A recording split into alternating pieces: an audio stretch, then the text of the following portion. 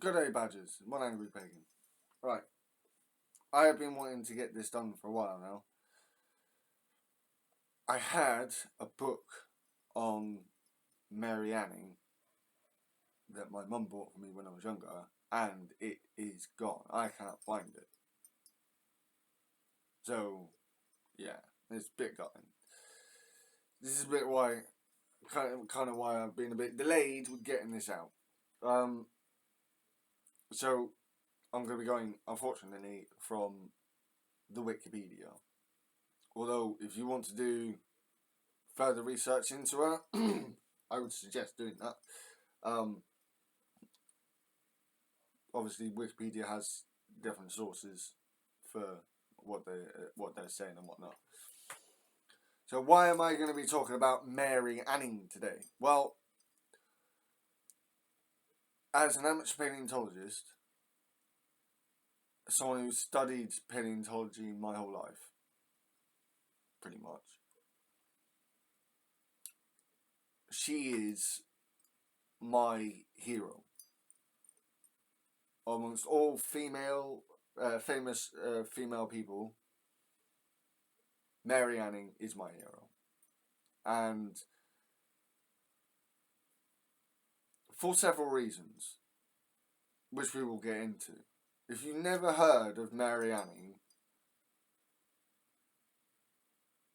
I mean, I'm kind of not surprised, but at the same time, I am surprised. Her name is everywhere if you look for it. So, and before I get into it, please like and subscribe if you've not subscribed. And if you got anything to say on the matter, I'm more than welcome to have banter and conversations in the comment section. So yeah, let's get into this. So Mary Anning. Oh, and I will put a picture of her. I mean, we're talking over 100 years ago, so not really any photographs, so to speak. But I will put a picture of her as the thumbnail for this, so you know who I'm talking about. So Mary Anning, born the 21st of May, 1799, and died 9th of March, 1847. Was an English fossil collector, dealer, and paleontologist. She became internationally known for her discoveries in Jurassic marine fossil beds in the cliffs along the English Channel at Lyme Regis in the county of Dorset in the southwest of England. And it's because of her and her finds that that whole area is called the Jurassic Coast.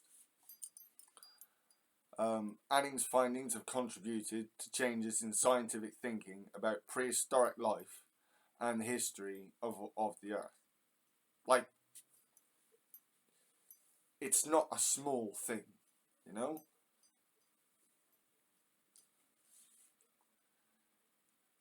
Anning searched for her fossils in the areas Blue Lias and Charmouth Mudstone cliffs, particularly during the winter months when landslides exposed new fossils that had to be collected quickly before they were lost to the sea.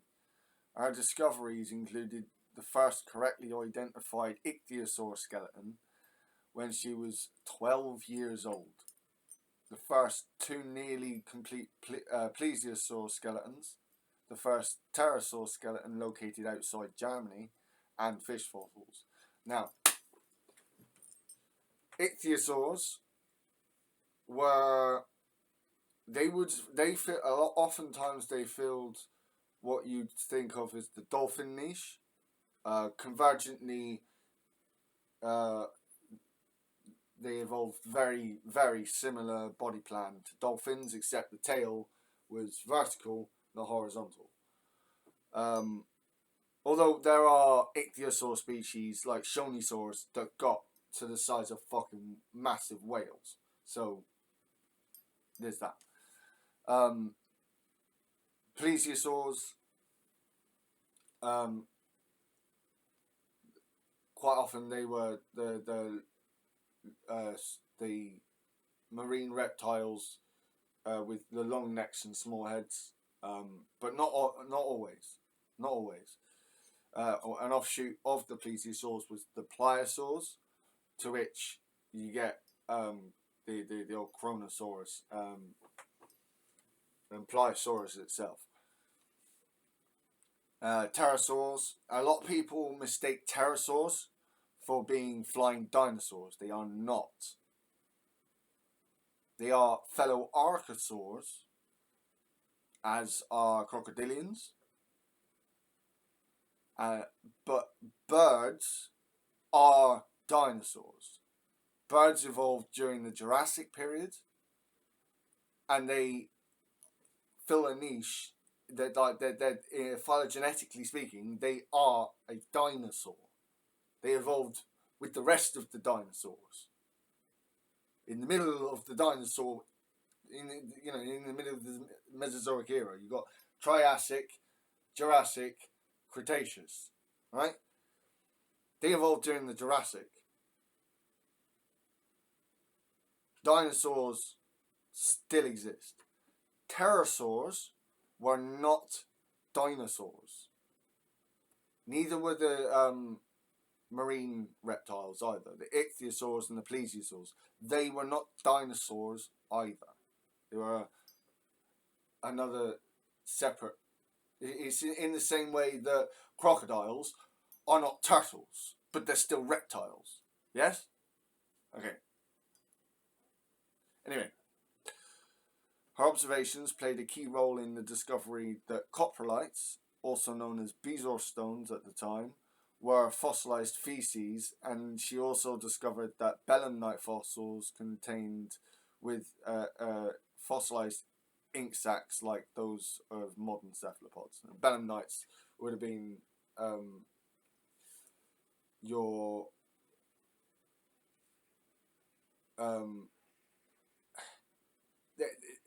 they looked a bit like squid, but their tubular end was longer and the tentacly end was smaller.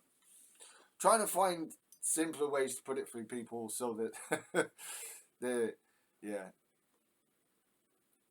had 10 arms but had no tentacles, I should say. But what I find funny about the coprolite thing is that in Harry Potter, the bezoar is used as a cure, or almost a near cure all for poisons. And Harry saves Ron's life by putting a bezoar in his mouth. What he did is put dinosaur shit or prehistoric shit into Ron's mouth. Yeah. Ron got dinosaur shit in his mouth. Sorry, I couldn't help myself. And she also discovered that belemnite fossils contained ink sacs like those of modern cephalopods. So it proves that the ink sacs you find in a lot of cephalopods today, cephalopods, depending on how you want to put it, are like they're not a new evolutionary trait. Anning struggled financially for most of her life. As a woman, she was not eligible to join the Geological Society of London, and she did not always receive full credit for her scientific contributions. However, her friend, geologist Henry Labèche, I never get his name right, who painted Duria Antiqua,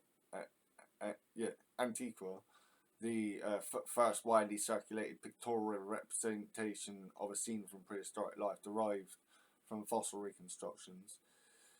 Let me see if I can bring it up so you guys can see it.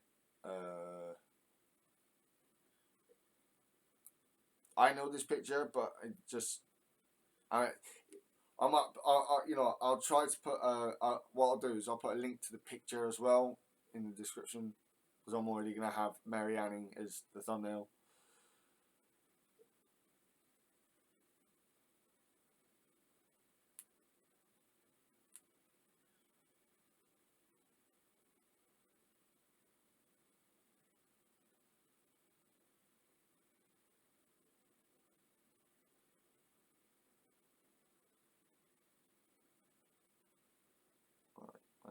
turn the brightness down for this.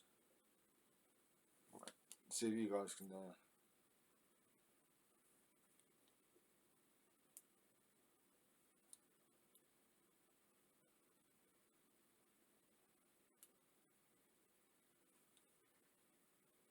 So this is the picture.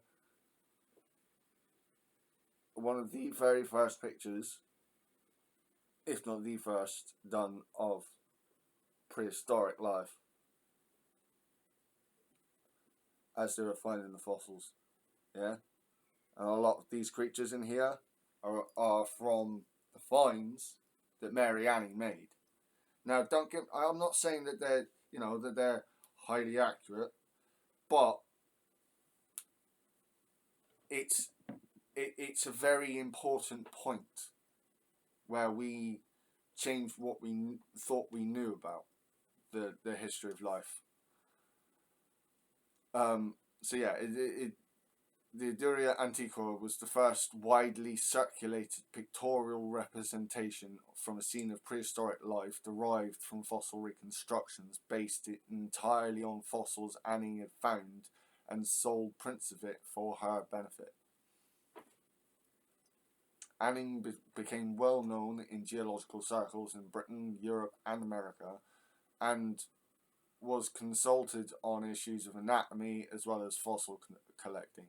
The only scientific writing of hers published in her lifetime appeared in the Magazine of Natural History in 1839, an extract from a letter that Anning had written to the magazine's editor questioning one of its claims. After her death in 1847, Anning's unusual life story attracted increasing interest. I'm not fucking surprised. So, we're not talking about someone who came from a high up, well-off background. And she didn't get the recognition she deserved until after she died. So, going into her life and career. And yes, I know I'm doing this on Wiki, but again, I tried looking for the book I had about her that my mum bought me when I was younger, and it's gone. That's where I wanted to get a lot of my information, but I'm having to rely on fucking Wikipedia. So, what can I do? So, early childhood. Mary Anning was born in Lyme Regis, Dorset, in England, on the 21st of May, 1799. Dorset is, when you look at South England and South West England in particular, you've got the little boot bit that sticks off, which is Devon and Cornwall. And then it pinches in a bit before it opens back up into England proper. That's kind of the southern bit of that is Dorset. The upper bit is Somerset and Avon, going up to Bristol. Anyway, her father, Richard Anning, born 1766 and died in 1810, was a cabinet maker and carpenter who supplemented his income by mining the coastal cliffside fossils near the town and selling his funds to tourists. Her mother was Mary Moore, born 1764 and died in 1842, known as Molly. I don't know why she changed her name to Molly, but fine. Now, what I like here is that she was born into a poor working class family.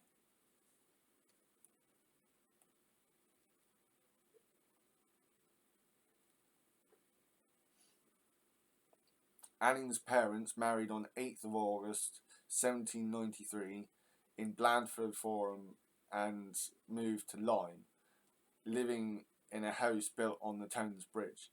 That would have been interesting. It would have been bloody noisy, but it would have been interesting. And it would have been dangerous, especially back then. They attended the Dissenter Chapel on Coombe Street, whose worshippers initially called themselves Independents and later became known as Congregationalists. Now, the Dissenters, I I do remember from my childhood in school being taught a little bit about dissenters. And I'll give you just a small rundown of what they. I'm not going to go into them. That's not what this channel is about. That's not what this video is about. But to give you a basic idea, English dissenters or English separatists were Protestants who separated from the Church of England in the 17th and 18th centuries. English dissenters opposed state interference in religious matters and founded their own churches, educational institutions, and communities. They tended to see established churches too Catholic, but did not agree on what should be done about it. And quite often, they put more emphasis on education for the poor, and this isn't across the board, but there wasn't such a hatred towards science, a mistrust towards science. But anyway, that's enough about the dissenters. And in a Congregationalist was part of that. But yeah, they're more they don't like the centralization of the main church. Anyway, Shelley Emling writes that the family lived so near to the sea that the same storms that swept along the cliffs to reveal the fossils sometimes flooded the Annings' house or home, on one occasion forcing them to crawl out of an upstairs bedroom window to avoid drowning. See, that's what I mean. It would have been dangerous living on a bridge. That's interesting. Molly and Richard also had 10 children. And given the time period, you can guess what's coming. The first child, also called Mary, was born in 1794. She was followed by another daughter who died almost at once, Joseph, in 1796, and another son in 1798 who died in infancy. In December that year, the oldest child, first Mary, then 4 years old, died after her clothes caught fire, possibly while adding wood shavings to the fire. The incident was reported in the Bath Chronicle on the 27th of December 1798. Quote, a child 4 years of age of Mr. R. Anning, a cabinet maker of Lyme, was left by the mother for about 5 minutes in a room where there were some shavings. The girl's clothes caught fire and she was so dreadfully burnt as to cause her death. Brutal. When Anning was born, 5 months when our Mary Anning was born 5 months later, she was thus named Mary after her dead sister. It sounds a bit morbid, but that wasn't uncommon. More children were born after her, but none of them survived more than a year or two. Only the second, Mary Anning, and her brother Joseph, who was 3 years older than her, survived into adulthood. The high child mortality rate for the Anning family was not unusual, and that's what I was saying at the beginning of this bit. Like, this should not come as a surprise for the time period, but it's still fucking brutal. Like, she had a hard life. Like, from the age of her birth, she had a hard life. Almost half the children born in the UK in the 19th century died before the age of 5, and in the crowded living conditions of early 19th century Lyme Regis, infant deaths from diseases like smallpox, and measles were extraordinarily common, and they were. On the 19th of August 1800, when Anning was 15 months old, an event occurred that became part of local law. She was being held by a neighbour, Elizabeth Haskins, who was standing with 2 other women under an elm tree when watching an equestrian horse show being put on by a travelling company of horsemen when lightning struck the tree, killing all 3 women below. Onlookers rushed the infant home, where she was revived in a bath of hot water. A local doctor declared her survival miraculous. Anning's family said she had been a sickly baby before the event, but afterwards she seemed to blossom. For years afterwards, members of her community would attribute the child's curiosity, intelligence, and lively personality to the incident. And it's hard to like, it's hard to disagree with that, but like, it's amazing. It's absolutely like her life story is actually amazing, which is why she is one of my heroes. Anning's education was extremely limited, but she was able to attend a Congregationalist Sunday school where she learned to read and write. Congregationalist doctrine, unlike that of the Church of England at the time, emphasised the importance of education for the poor, which is like what I was saying earlier. Her prized possession was a bound volume of the Centre's theological magazine and review, in which the family's pastor, the Reverend James Wheaton, had published 2 essays, one insisting that God had created the world in 6 days, the other urging dissenters to study the new science of geology. Now, the first one could be, whatever, but he was urging dissenters to study the new science of geology. This is good. I mean, it's Christian, so you always got the fucking religious side of things, and God created the... No, he fucking didn't. But, on the other hand, I will give him that. Fossils as a family business. And for more, it says on... again, I will put the link to the Wikipedia page that I'm reading from in the chat. And I feel gutted that I'm having to read from the Wikipedia page, but I haven't really got a choice. It says there's further information around this. It's Jurassic Coast and list of fossil sites. Anyway, fossils as a family business. By the late 18th century, Lyme Regis had become a popular seaside resort, especially after 1792, when the outbreak of the French Revolutionary Wars made travel to the European mainland dangerous for the English gentry, and increasing numbers of wealthy and middle-class tourists were arriving there.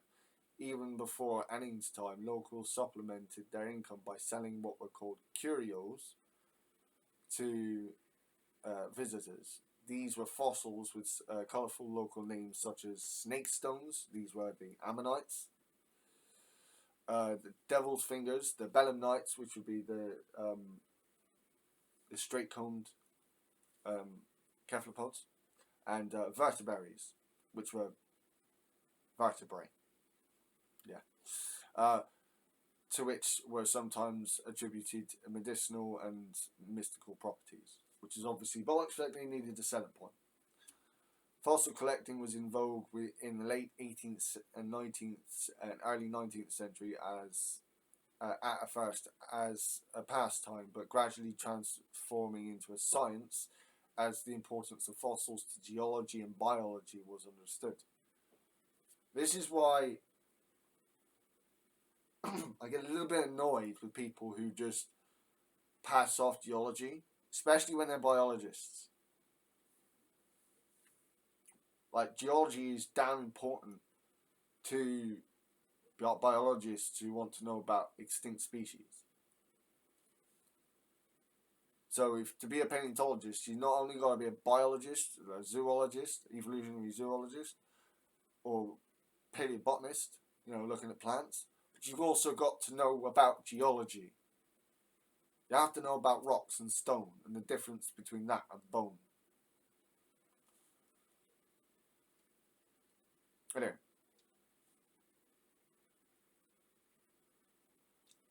The source of most of these fossils were the coastal cliffs around Lyme Regis, part of a geological formation known as the Blue Lias.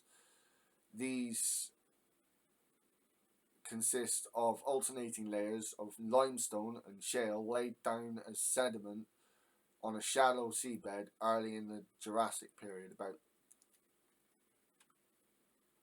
200 to about 190 million years ago, roughly.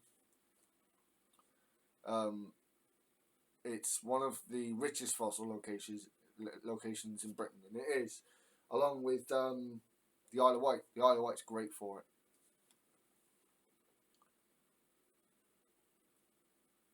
The cliffs could be dangerously unstable, however, especially in winter when rain weakens and causing landslides. This is why it's dangerous. It can be dangerous to go out hunting for fossils. It was precisely during the winter months that collectors were drawn to the cliffs because the landslides often exposed new fossils. Their father, Richard, often took Anning and her brother Joseph on fossil hunting expeditions to supplement their family's income, which is, as mentioned earlier.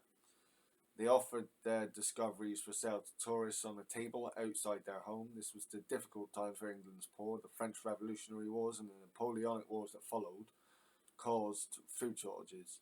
Yep, fucking war. Price of wheat almost tripled between 1792 and 1812, but wages for the working class remained almost unchanged. Which goes to, she is a working class girl who she made her and her family's name into history through paleontology. Fucking love it. In Dorset, the rising price of bread caused political unrest, even riots. At one point, Richard Anning was involved in organising a protest against food shortages. In addition, the family's status as religious dissenters, not followers of the Church of England, attracted discrimination. Of course it did. In the earlier 19th century, those who refused to subscribe to the articles of the Church of England were still not allowed to study at Oxford or Cambridge or to take positions in the army, and were excluded from by law from several professions. We have evolved, but these kind of lines have found new paths to go down. It's ridiculous. Anning's father had been suffering from tuberculosis and injuries he'd suffered from a fall off a cliff, contributing to his death in November 1810, aged 44. He left the family with debts and no savings, forcing them to apply to the poor relief, or for the poor relief, which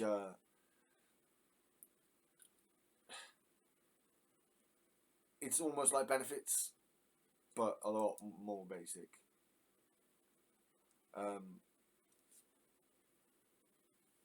So yeah, I reiterate what I said earlier. Mary Anning's life was fucking hard, man. But she could still see wonder in those rocks. She could still see a world that had been.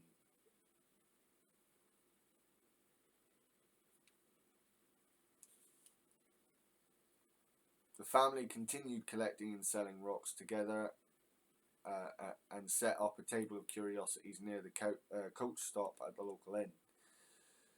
Although the stories about Anning tend to focus on her successes, Dennis Dean writes that her mother and brother were astute collectors too, and Anning's parents had sold fossils before the father's death. Yeah, as has been well attested throughout this so far. The first well-known find was in 1811 when Anning was 12. Her brother Joseph dug up a 4-foot ichthyosaur skull, and a few months later, Anning herself found the rest of the skeleton. And as I said earlier, ichthyosaurs took up a kind of dolphin niche.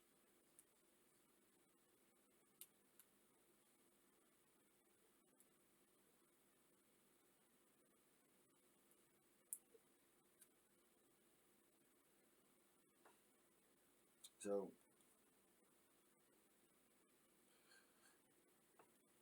these things, There's a fossil specimen there. But we're looking at these sort of things, yeah.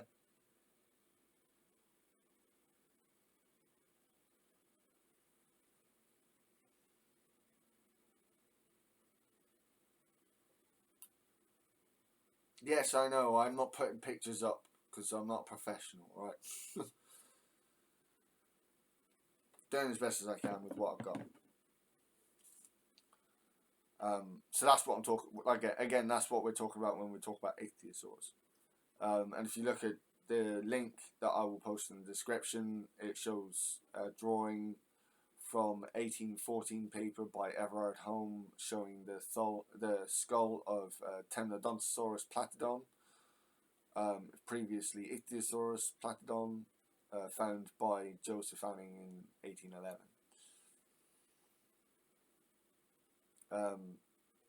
So yeah, Henry Holst Henley of Sandringham House in Sandringham, Norfolk, who was the lord of the manor of Colway near Lyme Regis, paid the family about £23 for it, and in turn he sold it to William Bullock, a well-known collector, who displayed it in London. There, it generated interest as public awareness of the age of the Earth and variety of prehistoric creatures was growing. It was later sold for £45.05 at an auction in May 1819 as a crocodile in fossil state to Charles Koenig of the British Museum, who already suggested the name Ichthyosaurus for it. It wasn't a crocodile. I will just reiterate, it wasn't a crocodile, but yeah, evolution of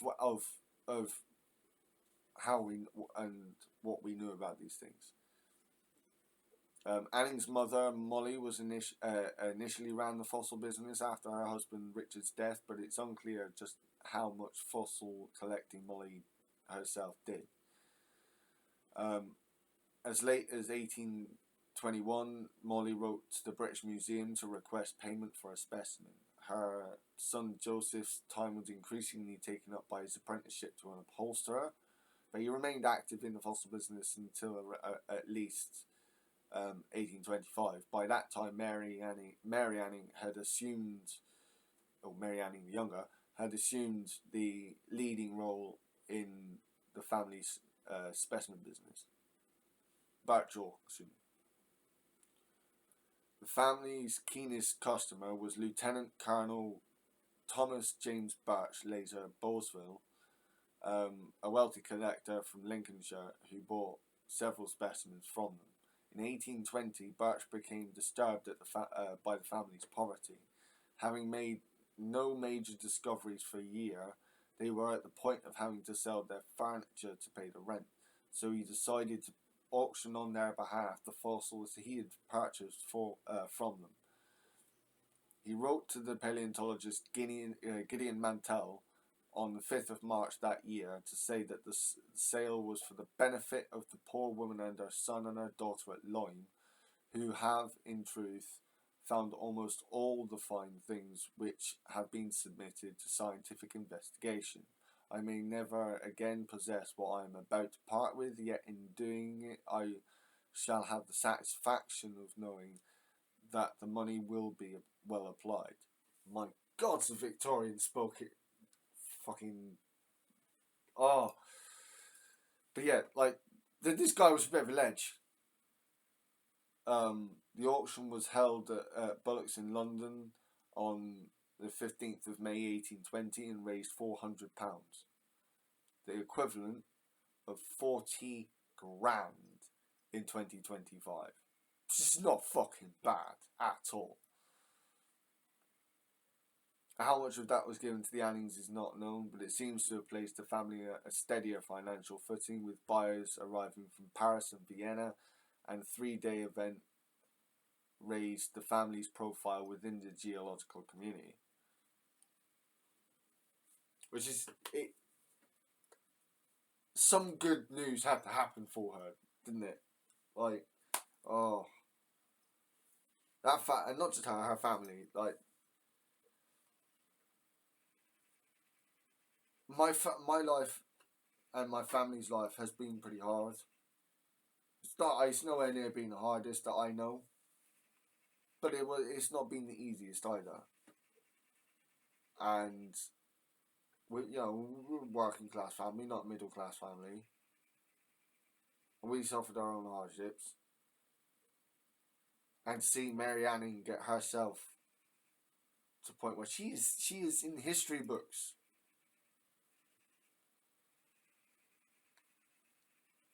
But this legend, this colonel, Lieutenant Colonel, what was his name? Thomas James Birch, later Boswell. Well done, my dude. Well done. I like this. Anyway, fossil shop and growing expertise in a risky occupation. Anning continued to support herself selling fossils. Her primary stock in trade consisted of invertebrate fossils such as ammonites and belemnite shells. Again, ammonites. What? Ammonites. The swirly shelled ones, and the belemnites being the straight shelled ones. Or cone shaped ones. Were common in the area and sold for a few shillings. Vertebrate fossils such as ichthyosaur skeletons sold for more but were much rarer. Collecting them was dangerous winter work. In 1823, an article in the Bristol Mirror said of her, "This persevering female has for years gone daily in search for fossil remains of importance at every tide. For many miles under the hanging cliffs at Lyme, whose fallen masses are her immediate objective, as they alone contain these valuable relics of a former world, which must be snatched at the moment of their fall, at the continual risk of being crushed by the half-suspended fragments they leave behind, or to be left destroyed by the returning tide. To her exertions, we owe nearly all the fine specimens of ichthyosauri to the great collections of I do like. She is so important to this. There were later names. There were the later and more famous names, Cope, but and Cope was a bastard, and his rival. I forget his name at the second, but Anning, Mary Anning was so damn important to the history of paleontology, which means she's so damn important to the history of life, to what we know about the history of life on this planet.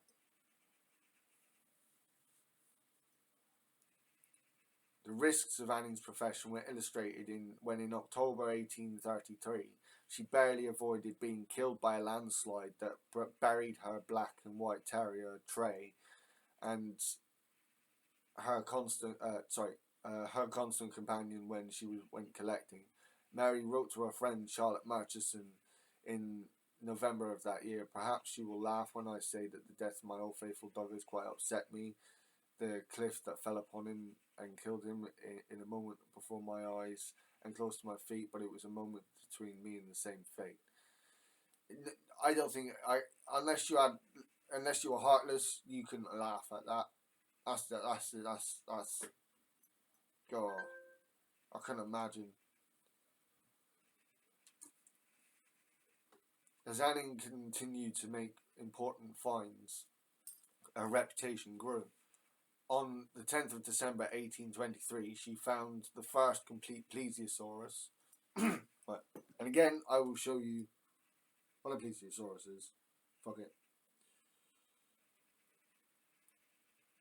So others might say plesiosaurus, but I say plesiosaurus.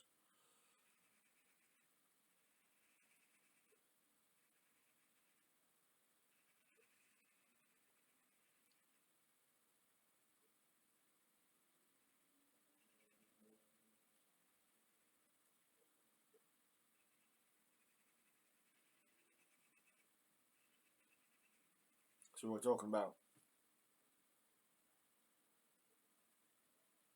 this thing.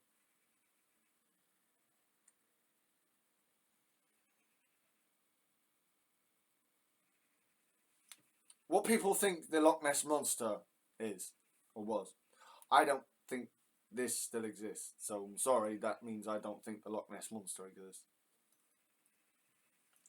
But yeah, that's a plesio. That's an example. That's a good example of the plesiosaurus, and she, she helped find some of the very first fossils of them. So anyway, yeah, she found the first complete plesiosaurus. She of those long neck, small headed reptiles, marine reptiles.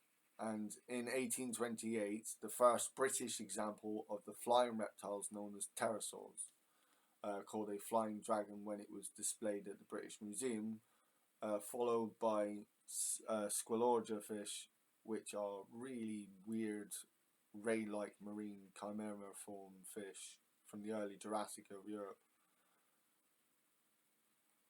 They look really weird.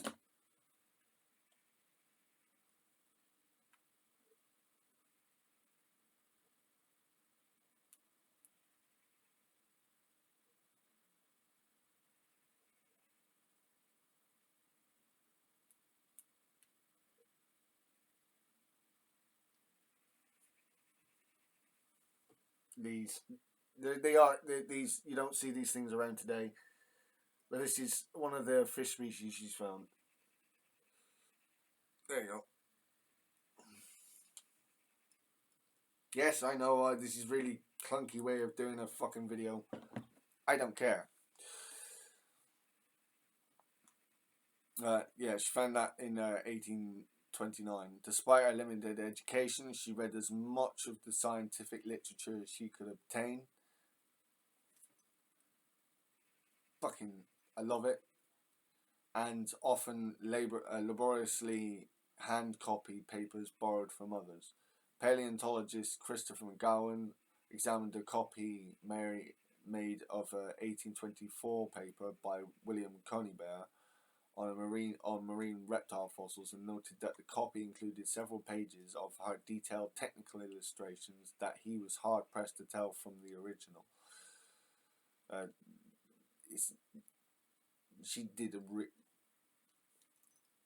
She really did love the subject, and she, even though she had a poor background and she could not go to university, she still made the effort to learn.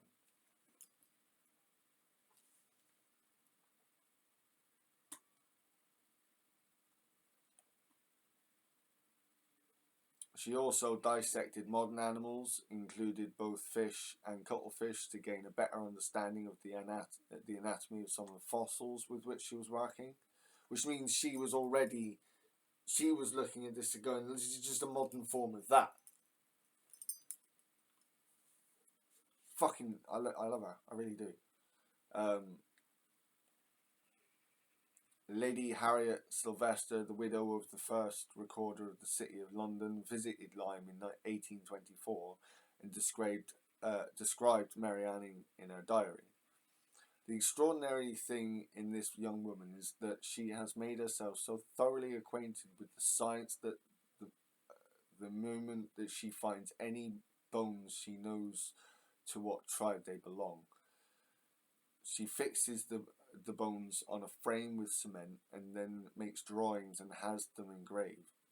It is certainly a wonderful instance of the divine favour that this poor ignorant girl should be so blessed.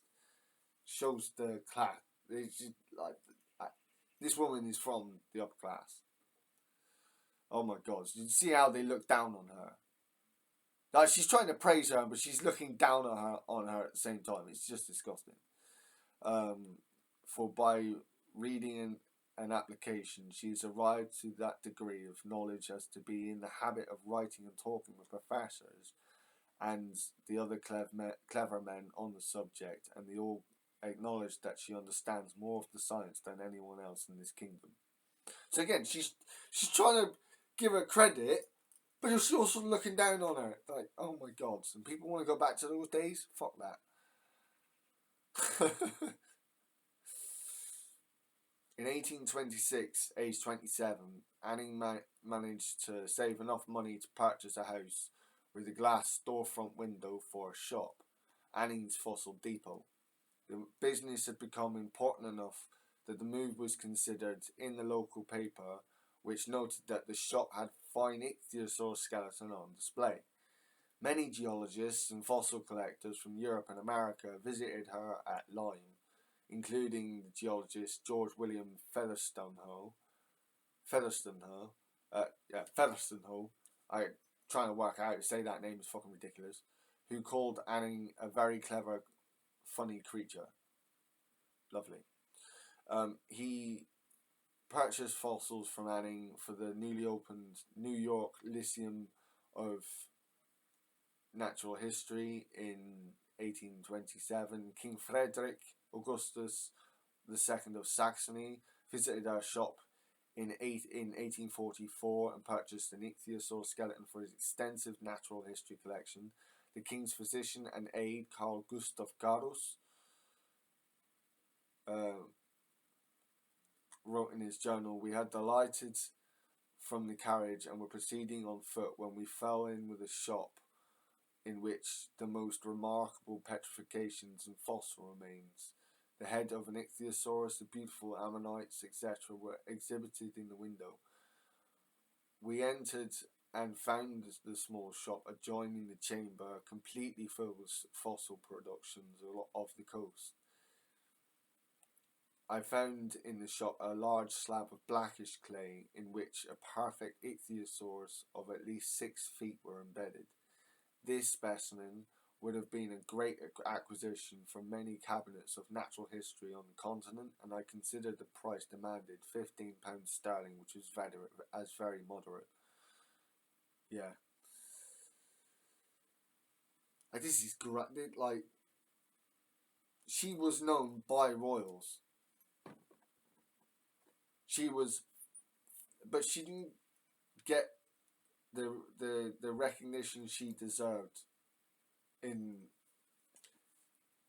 not properly until after she died. It's just, oh. Carus asked Anning to write her name and address in his pocketbook for future reference. She wrote it as Mary Annins, and when she handed the book back to him, she told him, "I am well known throughout the whole of Europe." As time passed, Mary Anning's confidence in her knowledge grew, and in 1839 she wrote to the Magazine of Natural History to question the claim made in an article that had recently discovered the fossil of a prehistoric shark, Hybodus, presented a new genus as an error, since she had discovered the existence of fossil sharks with both straight and hooked teeth many years ago. The extract from the letter that the magazine had printed was the only writing of Anning's published in the scientific literature during her lifetime. Some personal letters written by Anning, such as her correspondence with Francis Auguste Bell, were published while she was alive, however. Interactions with the scientific community. Here we go. As a woman, Anning was treated as an outsider to the scientific community. At the time in Britain, women were not allowed to vote, hold a public office, or attend university. The newly formed but increasingly influential Geological Society of London did not allow women to become members or even attend meetings as guests. The only occupations generally open to the working class women were farm labour, domestic service, and work in newly opened factories.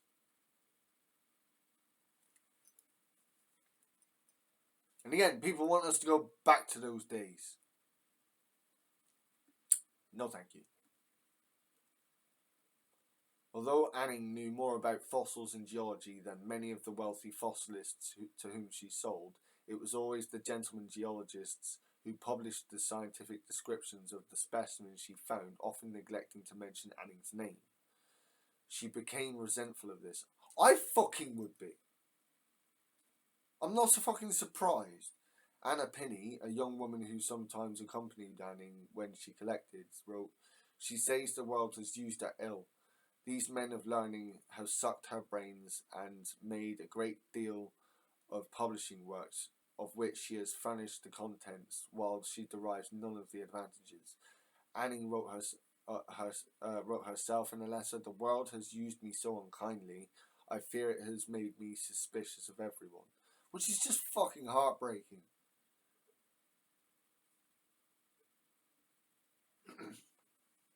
It's just fucking wrong.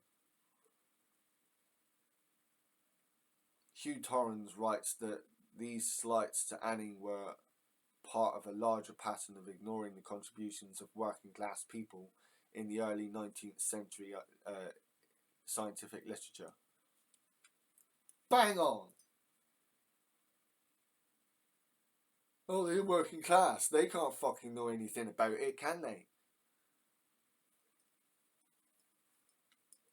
See, it's like, even though I talk about mostly politics on this channel, you see why I've wanted to add this as a video. She is one of my working class scientific heroes, and she should be yours as well. Unless you have a better nominee, of which I don't know. Often a fossil would be found by a quarryman, construction worker, or road worker who would sell it to a wealthy collector, and it was the latter who was credited if the find was of scientific interest. I mean, not only that, but not only did Mary collect and sell these things, she did her research to find out what these things actually were as well.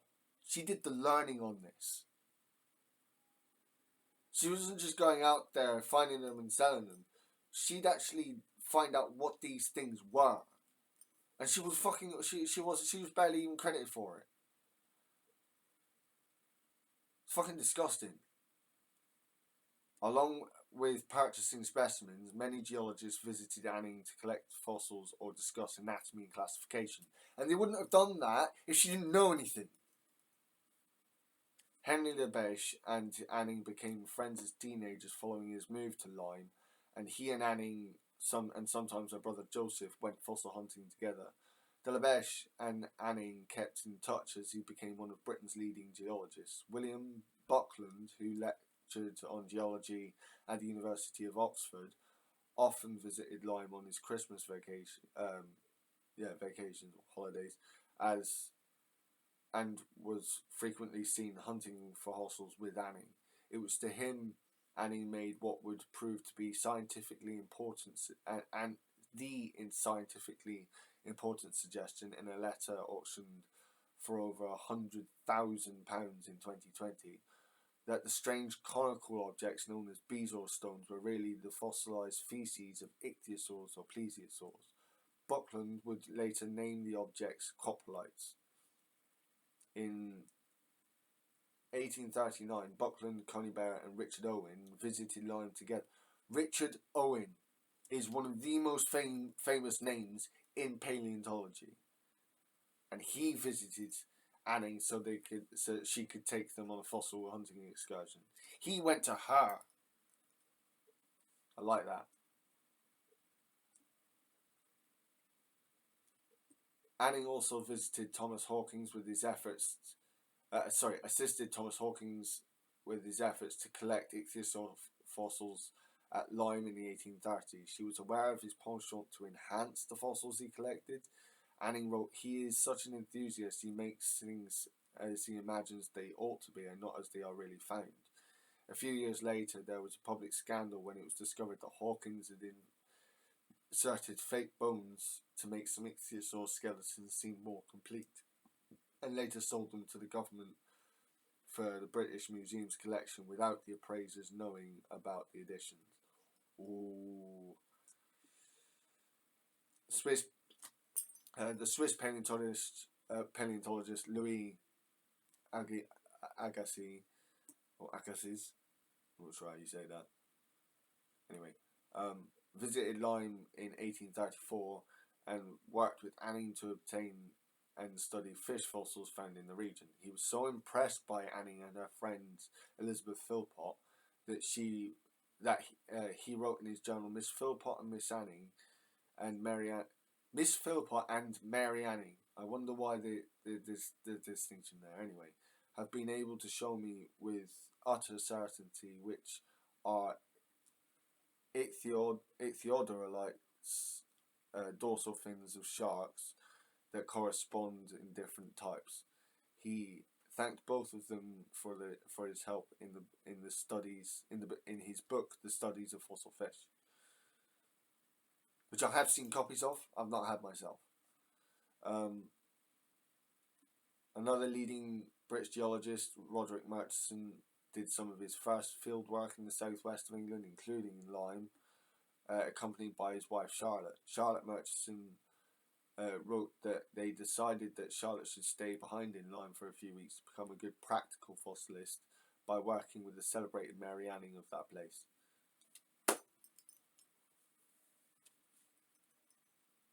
Charlotte and Anning had become lifelong friends and correspondents. Charlotte, who travelled widely and met many prominent geologists through her work with her husband, helped Anning build a network of customers throughout Europe and stayed with the Murchisons when she visited London in 1829.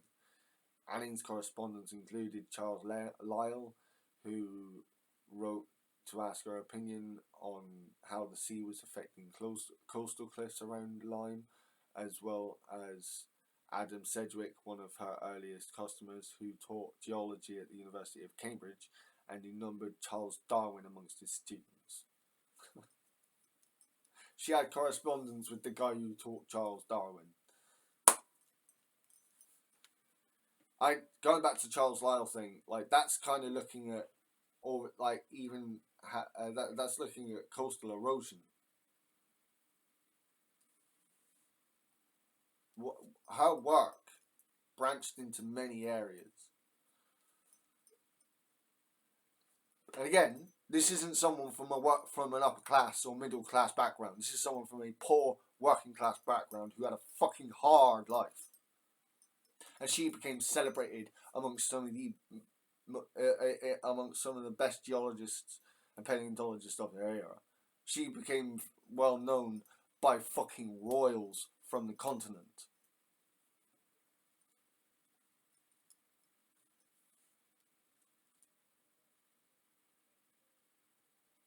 Gideon Mantell, discoverer of the dinosaur Iguanodon, also visited Anning at her shop.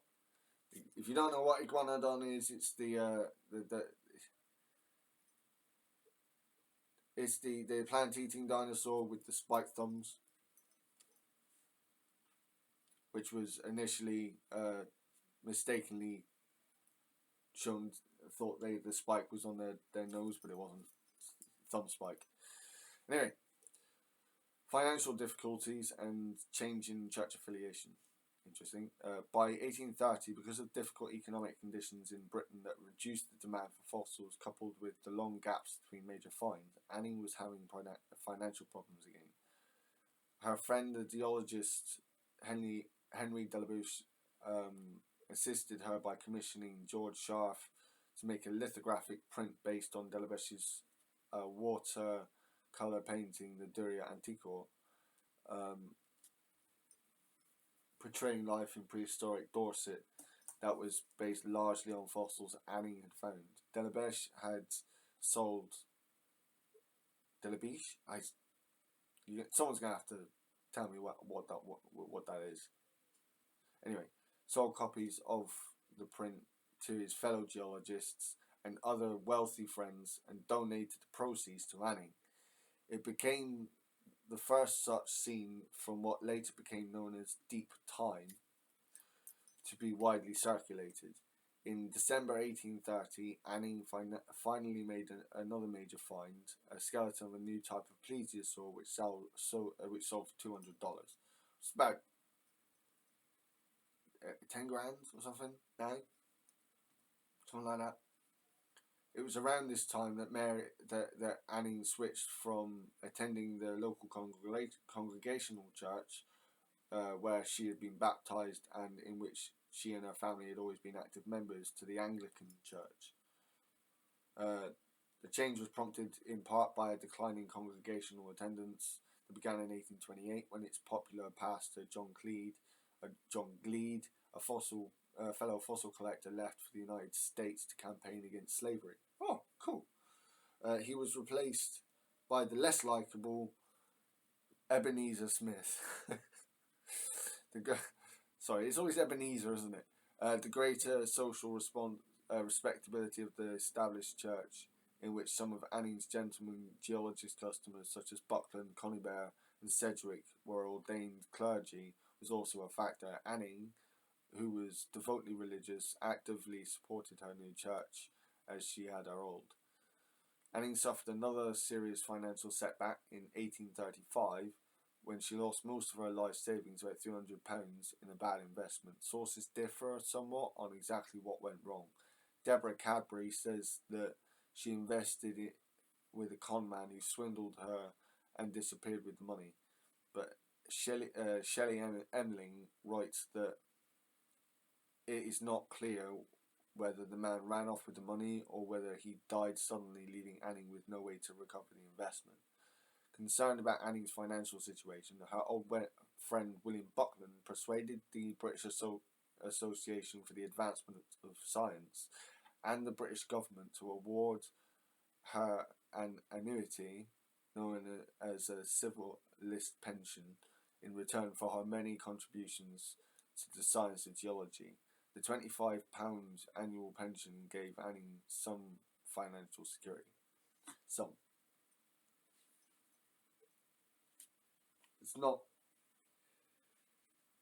It's not how she should have been treated. Anning died from breast cancer at the age of 47 on 9th of March 1847. Her fossil work had tailed off during the last few years of her life because of her illness. I said breast cancer. And some townspeople misinterpreted the effects of the increasing doses of laudanum. Oh yeah, tincture of opium. Yeah, she was taken from the pain. There had been gossip in line that she had a drinking problem. The regard in which Anning was held by the geological community was shown in 1846. Upon learning of her cancer diagnosis, the Geological Society raised money from its members to help with their expenses, and the council of the newly created Dorset County Museum made Anning an honorary member. Fucking great. She was buried on the 15th of March in the churchyard of St Michael's, a local parish church. Members of the Geological Society contributed to a stained glass window in Anning's memory, unveiled in 1850. It depicts the 6 corporal acts of mercy: feeding the hungry, giving drink to the thirsty, clothing the naked, sheltering the homeless, visiting prisoners and the sick.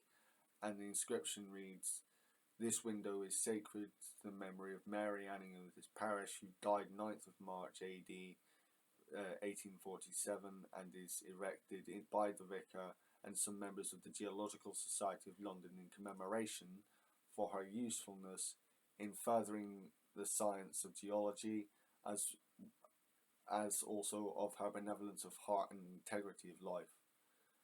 After Anning's death, Henry Lebesgue, president of the Geological Society, wrote a eulogy that he had read to a meeting of the society and published in its quarterly Transactions, the first of such eulogy given for a woman. This is why I think she should be better recognised today. In the lists of famous women who contributed to science, Mary Anning should be up there. Now, she is. But even now, a lot of people are like, who's Mary Anning? It's a bit crushing for me that people still ask that. These were honours normally accorded to only fellows of the society, which did not admit women until 1904. The eulogy began, "I cannot close this notice of our losses by death without advertising to that of one who, though not placed among even the easier classes of society, but one who had to earn her daily bread by her labour, yet contributed by her talents and untiring researches in no small degree to our knowledge of the great Inaliosaurians, which is an outmoded term, and other forms of organic life entombed in the vicinity of Lyme Regis. And that's just the start of his eulogy. I like that. An anonymous article about Annie's life was published in February 1865 in Charles Dickens' literary magazine All the Year Round. The profile Mary Anning, a fossil finder, was long attributed to Dickens himself, but in 2014, historians of paleontology Michael A. Taylor and Hugh Torrens identified Henry Stuart Fagan as the author, noting that Fagan's work was neither original nor reliable and introduced errors into the Anning literature that are still problematic. Specifically, they noted that Fagan had largely and inaccurately plagiarized his article from an earlier account of Anning's life and work by Dorset native Henry Rowland Brown from the second edition of Brown's 1859 guidebook, The Beauties of Lyme Regis. The article emphasised the difficulties Anning had to overcome, especially the scepticism of her fellow townspeople. Fagan ended the article with "The carpenter's daughter has won a name for herself and has deserved to win it." I mean, yeah. And it goes into our major discoveries. I might do a second video on this. For those who are interested, I will do, however, one last chapter, I think. Yeah, I will do one last chapter. And this is the legacy that she left, the recognition legacy that she left behind. So, Mary Anning's discoveries became key pieces of evidence for extinction. Georges Cuvier had argued for the reality of extinction in the late 1790s based on his analysis of fossils of mammals such as mammoths.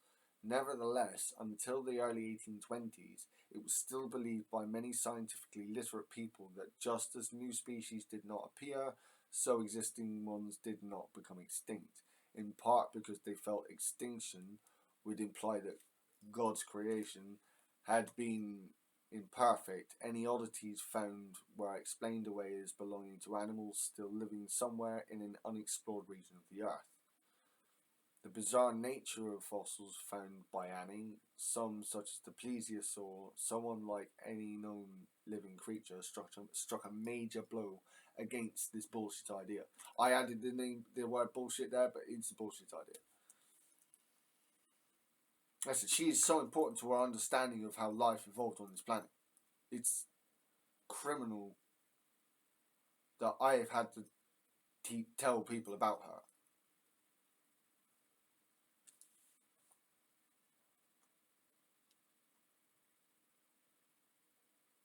The ichthyosaurs, plesiosaurs, and pterosaurs she found, along with the first dinosaur, which I think was a Rhamphorhynchus. I might be wrong there. Anyway, along with were discovered by Gideon Mantell and William Buckland during the same period, and showed that during previous eras the Earth was inhabited by creatures different from those living today, and provided important support for another controversial suggestion of Cuvier's, that there had been an age of reptiles when reptiles rather than mammals had been the dominant form of animal life. This phrase became popular after the publication in 1831 of a paper by Mantell entitled "The Age of Reptiles" that summarized the evidence that there had been an extended geological era when giant reptiles had swarmed the land, air, and sea. These discoveries also played a key role in the development of new discipline of geohistorical analysis within geology in the 1820s that sought to understand the history of Earth by using science from fossils to reconstruct, by using evidence from fossils to reconstruct extinct organisms and the environments in which they lived. This discipline eventually began to be called paleontology.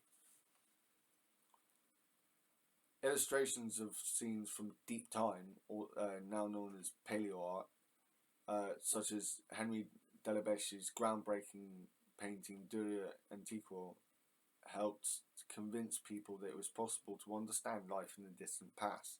Delabèche had been inspired to create the painting by a vivid description of the food chain of the lias by William Buckland that was based on an analysis of coprolites, as we schooled it. And as we talked about earlier, coprolites are fossil shit.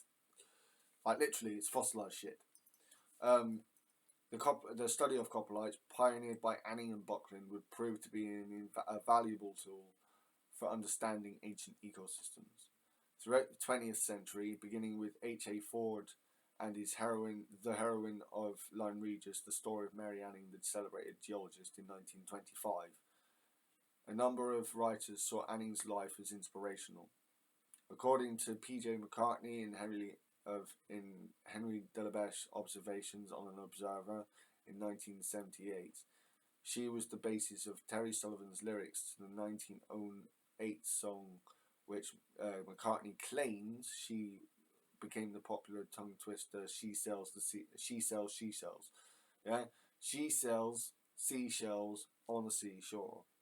The shells she sells are seashells, I'm sure.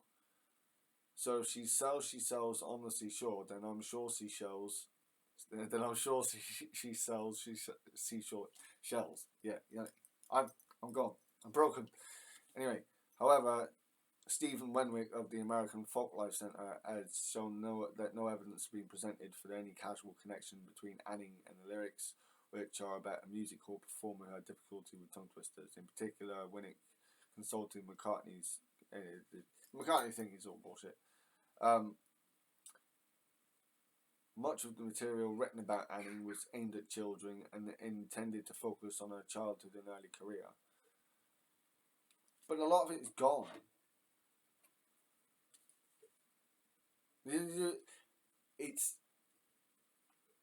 There's a lot out there about Anning, but you'd be surprised just how often I have to say her name, because people don't know who she was.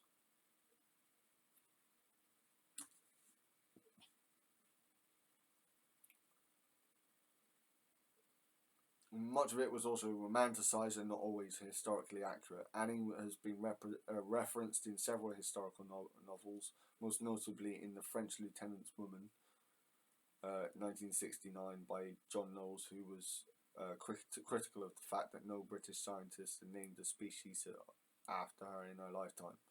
In 1999, on the 200th anniversary of Anning's birth, an international meeting of historians, paleontologists, fossil collectors and others interested in her life was held in Lyme Regis. In 2005, the National History Museum added Anning, along with scientists such as Carl Linnaeus, Dorothea Bate and William Smith, as one of the gallery characters, actors dressed in period costumes, and it uses to walk around its display cases. 2007, American playwright and performer Claudia Stevens premiered Blue Lias, or the Fish Lizards Whore, a solo play with music by Alan Shearer, not that Alan Shearer, depicting Anning in later life. Among the presenters of its 30 performances around the Charles Darwin Bicentennial were Cleveland Museum of Natural History, Museum of Natural History, the Museums of Natural History at the University of Michigan, the University of Kansas, and the Sam Noble Oklahoma Museum of Natural History. In 2009, Tracy Chevalier wrote a historical novel entitled Remarkable Creatures, in which Anning and Elizabeth Philpott were the main characters. Another historical novel about Anning, Curiosity by Joan Thomas, was published in March 2010. In 2010, 163 years after her death, the Royal Society included Anning in a list of the 10 British women who have most influenced the history of science. And yet, when I see videos on YouTube talk about top 10 most influential women in science, quite often Mary Anning's name doesn't come up. I don't know why. In 1902, sorry. Ow. Oh, okay. In 1902, the Lyme Regis Museum was built on the site of her former home. It was commissioned by Thomas Philpott, a relative of the Philpott sisters. This area, the area where she collected fossils, is now part of the Jurassic Coast World Heritage Site. In 2021, the Royal Mint issued sets of commemorative 50p coins called the Mary Anning Collection, minted in acknowledgement of her lack of recognition as one of Britain's greatest fossil hunters. The coins have images of Temnodontosaurus, the ichthyosaur she found, the Plesiosaurus, and the Dimorphodon. Pterosaur she found. It wasn't Rhamphorhynchus, it was Dimorphodon. If you don't know what Dimorphodon is, I think they are very inaccurately represented in the first Jurassic World film. So a small pterosaur with massive head. Which she discovered, and her discoveries were often overlooked at a time when the scientific world was dominated by men. And as a working class woman. In March 2024, the Royal Mail issued a set of 4 stamps celebrating Mary Anning and her discoveries. In May 2024, a book that once belonged to Anning was returned to the museum in Lyme Regis from Australia on her 225th birthday. It's thought that the copy of J.S. Miller's Natural History of Crinoidea was stolen between 1946 and 1979 before the museum's Victoria Museum brought the book for £300 from Blackwell's booksellers of Oxford in 1985. So yeah, this is, to me, one of the most amazing life stories. She did not come from a well-to-do background. She didn't go to boarding school. She had a very hard life, but is now considered one of the most important women to science in its history. This is something that I think is criminally underlooked even now. Despite the recognition that's been given to her, I still have to keep telling people who she is, because they always think of other names. So let me know what you guys think. I know this is taking me a bit longer than I expected. I understand if others haven't watched all the way through this either. It's a long one. If the sound's not been great through this, I do apologise, but I will be getting a microphone. Hopefully, a lot of this video is going to be well heard. Yeah. If this is bad, if this does end up being a bad cop, like you not being able to hear me properly, then I will redo this once I have a mic. But I'm pretty sure I've been able to. I've made sure to speak loud enough. Just let me know if I haven't. So yeah, let me know. Did you know about Mary Anning before watching this? What do you think of her life story? And do you have other names that you can bring up from women who are in a similar position, where working class at a time where they weren't recognised, but incredibly intelligent, and they contributed a hell of a lot to what we know about our world and its history. So, from me, one angry pagan, to you, all you badgers, Freaks, love and blessings. My soul at your service and my shield at your backs, guys. Have a good one.